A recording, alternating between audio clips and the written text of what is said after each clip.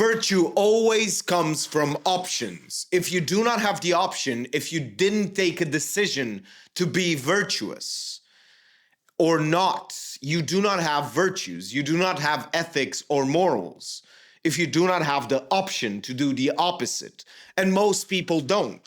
Let me just give you an example. Most people are unable to inflict pain or inflict physical damage or emotional or whatever it is, aggression.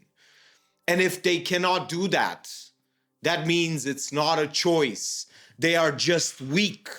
But you see, it's not only about the weakness. It's not only about power. It's not only about money. Everything, every virtue comes from optionality. It is either the choosing of doing good things or the choosing of actually abstaining from bad things, from things that you would have done or you have the capacity to do, or the excuse or the reasons. No matter how many reasons you have, you choose the path that is virtuous. Without that optionality, that is not really virtue. You are just hiding behind this facade of being a good person.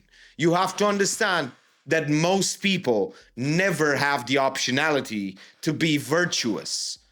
It is the only path that they can take. If you have in front of you the option to be corrupt or the option to be correct and not go against the law, that's when you show that you are virtuous. It is not when you don't have the option, the temptation in front of you. But you see, most people think they are virtuous, but they've never put themselves to the test. They've never put themselves in that situation. And you might say it's because they've been virtuous all their life. No, they haven't been tested. They haven't been really put in front of a decision like that.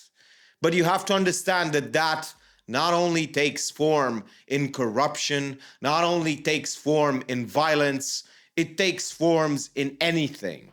Temptation, all of the biggest sins of the world. You have to understand that virtue comes from optionality.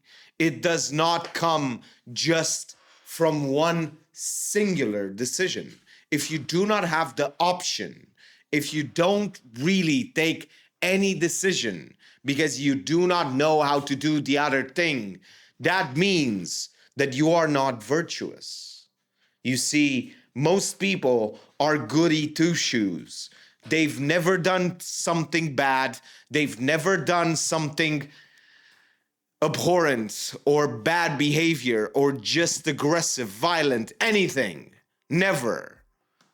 They just did a little bit of something, a little bit of this, a little bit of that, but they never tasted the real decision of being able to do something or being presented with an option that would change their life for the better. And they said no because of moral reasons or ethical reasons or just virtues. You have to understand that that's most people. They scream, bitch, and moan, and they never, ever take the right decisions. And you can see it. You can see it in every single thing that they do. They harbor inside of them repressed rage. The person who actually is able to inflict pain onto others and really take revenge, those people almost never do because they do not have anything to prove. They do not see violence as something necessary. It is the last option. And they usually have 38 to 50 other options before they resort to violence. That is the point. Whenever you train yourself, whenever you become dangerous, whenever you become virtuous, you expand your awareness of the world and you expand your optionality. And only then you can consider yourself virtuous, moral, and ethical. Only when you are presented with all of the optionalities and you don't take them. Even when you have all of the reasons in the world to be a bad person or an immoral person, you don't do it. No matter how many reasons you have, because you've taken a decision to be a great individual. And that's the point. Open yourself to more optionalities and understand that only through tested things you learn about yourself. You also need to learn how to forgive yourself, because sometimes you might slip, you might do something that's bad, and you will learn more in those moments if you understand yourself and you really regret all of those things. And you look back and you say, never again. Never again will I do such a thing. Never again will I sell my self-image. Never again will I just take a step back and not say what I think, not be who I am, and understand that that's the point. You have to have the optionality. If you don't, that doesn't mean you're a good person.